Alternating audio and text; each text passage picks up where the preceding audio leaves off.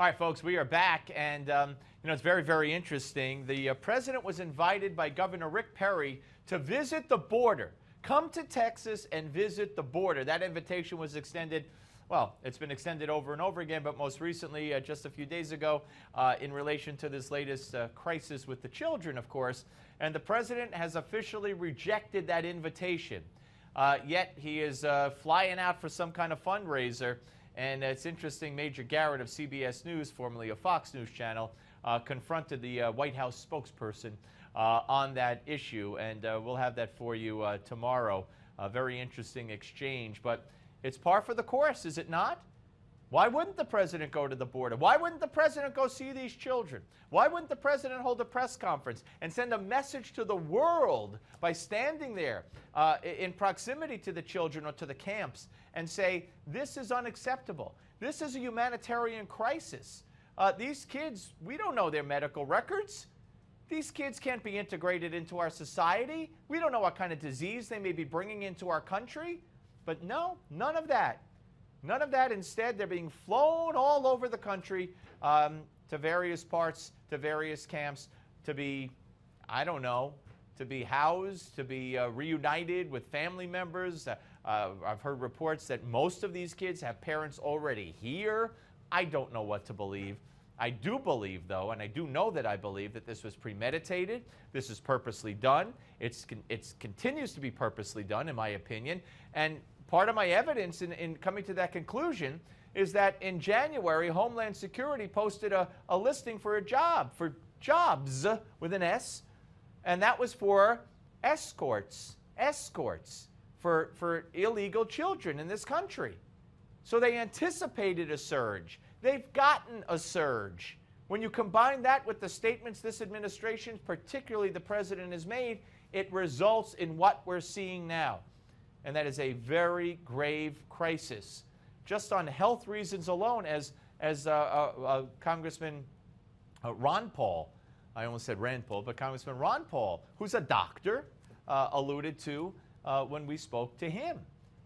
You know, we go to great lengths in this country to protect our children and ourselves from disease that we've eradicated in one way or another. By screening people who come into this country, if they're adults, by vaccinating children before they could go to school, when they're born, of course, and making sure they have the vaccines before they can attend school. And not just in kindergarten, right on through the formative years. Now, who are these kids? What shots do they have? What diseases might they be carrying? We don't know, apparently, and apparently when I say we, I mean our administration, doesn't really care. But it's okay, because chances are they won't be coming in contact with those who go to private school, if you know what I mean.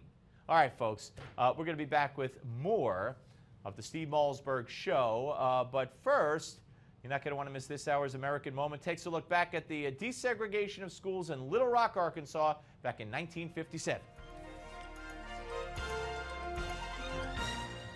The 1954 U.S. Supreme Court's decision, Brown versus the Board of Education, declared all laws establishing segregated schools to be unconstitutional. As with the majority of southern cities, Little Rock, Arkansas's Board of Education agreed to comply with the court's ruling. However, Arkansas's Governor Orville Faubus had other ideas. Units of the National Guard have been and are now being mobilized with the mission to maintain or restore the peace and good order of this community. President Eisenhower was so disturbed by the governor's decision to completely ignore federal law, he cut short his vacation and returned to the White House to address the nation. The President's responsibility is inescapable. In accordance with that responsibility, I have today issued an executive order directing the use of troops under federal authority to aid in the execution of federal law at Little Rock, Arkansas. At the center of the controversy were 9 black students selected by the Little Rock School Board to attend the then all-white Central High School.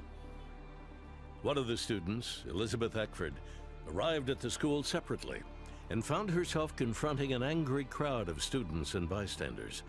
Suddenly, out of that crowd, as seen here, An older white woman came to her rescue and guided her safely to a bus.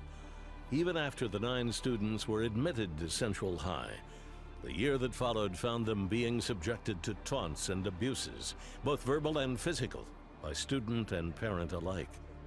Well, I think like if a Spanish or Chinese person came here, it wouldn't be hard to get along with them. It's just that the Negroes are what you might say more different to us than a Spanish person might be. However, with the admittance of those brave students on the 25th day of September 1957, the precedent had been set, and soon afterward, all of Little Rock schools voluntarily complied with the court's rulings, and planned school segregation became part of a troubled past. For Newsmax TV, I'm Bill Curtis, and this is an American Moment.